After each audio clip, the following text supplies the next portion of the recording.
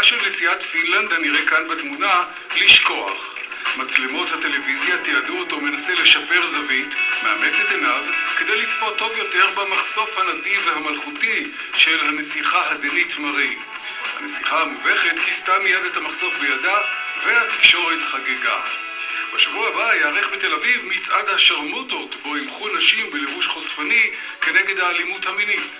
תחת הסיסמה "אל תגידי לנו איך להתלבש ולהתנהג", דוחות הנשים את התפיסה כי לבוש חושפני הוא עידוד או הזמנה לגברים. מבחינתן, לבוש פרובוקטיבי איננו מטריד או פוגע במרחב הציבורי, אלא מימוש החופש האישי של הנשים. ואני אומר שלום לשתי אורחות שלנו. שלום לך טל קרויטורו. שלום, ערב טוב. את פסיכותרפיסטית. נכון. כן, ושלום לתמי לנצית ליבוביץ'. שלום. שלום, ואת מומחית לנימוסים והליכות. טל, אני מתחיל איתך. לבוש חושפני, בעצם מותר לחלוטין, זה בסדר? למה לא? נראה לי שכן, זכות האדם על גופו. זכות האישה על גופה. זאת לא הטרדה? באיזה מובן זו הטרדה? הטרדה של הסביבה, התרסה. תראה, כשמשתמשים במילה הטרדה זה די מרפרר לנושא של החוק למניעת הטרדה מינית, וזה הרי לא עונה על אף אחד מהסעיפים בחוק. נדבר על המציאות. אישה בלבוש חושפני מעוררת, נגדיר את זה עניין, וזה עם סימן שאלה. תראה, אנחנו ארץ חמה. גופיות זה משהו שמוכרים בחנויות ולא חולצות שגזרו להם את השרוולים.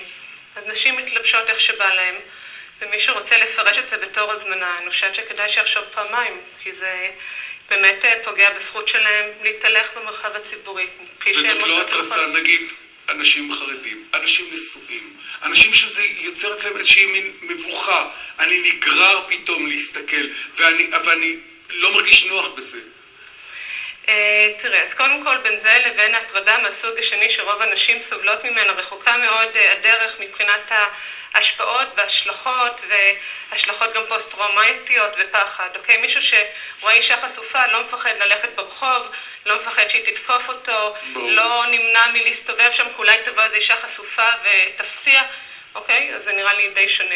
שלום שוב, תמי לנצית ליבוביץ', את שומעת את הדברים. אישה שהולכת בלבוש חשוף, מה היא מנסה? למשוך תשומת לב? או שתעני אפילו לטל בעניין הזה? קשה לי עם הנושא הזה, אני חושבת שלבוש חשוף, אני חושבת שאתה אמרת, עודד, שברגע שאמרת שמשהו אי נוח, משהו שגורם אי נוחות, סימן שזה חוסר נימוס, או חוסר התחשבות במקום שאנחנו נמצאים.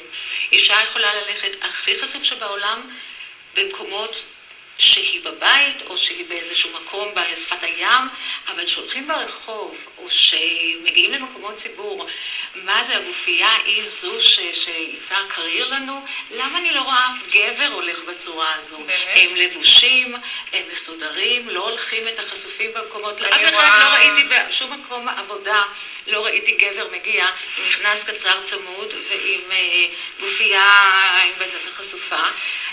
זה לא הולך, להפך. הלבוש, אם אנחנו נראה את הבדואיות, זה לא שאני חסידה ואומרת, אוקיי, בואו נכסה את כל הגוף, מבחינת שמירה על החום, זה לא ללכת חשוף. תראה. כן, טל.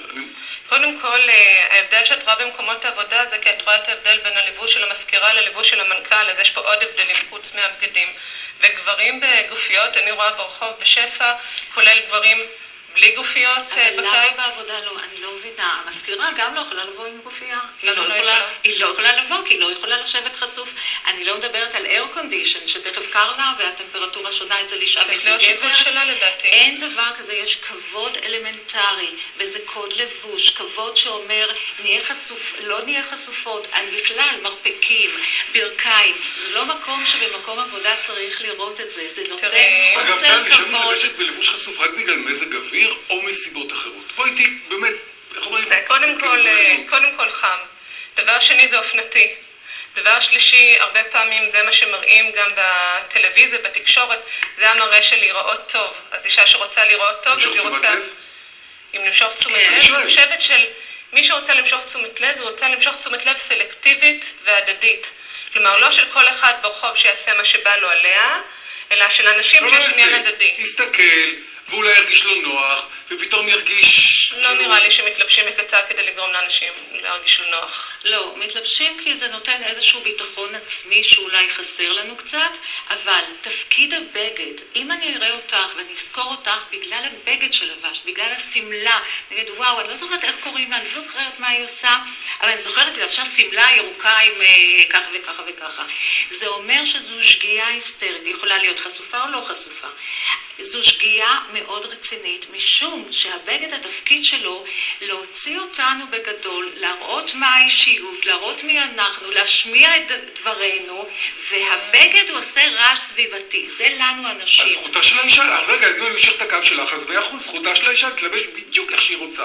ואם היא רוצה שיראו אותה עם גופייה, ויש לה אולי גוף יפה, אבל אם אני זוכרת את הגופייה ואת הבטן החשופה, אני כבר לא מקשיבה, לא כאישה ולא כגבר, למסר, כי התפקיד שאנחנו צריכים להעביר מסרים, לדבר, אני רוצה שיקשיבו. אנחנו מעבירים מסרים בצורה שאנחנו מתלבשים. עכשיו, בהחלט, ואם אני לובשת חשוף. שאני בא לרעיון עבודה ככה, או שאני בא לרעיון עבודה עם איזה טישרט מרוע. אז מה, המראיין יראה את הלבוש, יזכור את הלבוש, זה כמו רע סביבתי, הוא לא ישמע את המסר שאני רוצה להעביר. אני פשוט חייב לסיים משפט אחרון טל.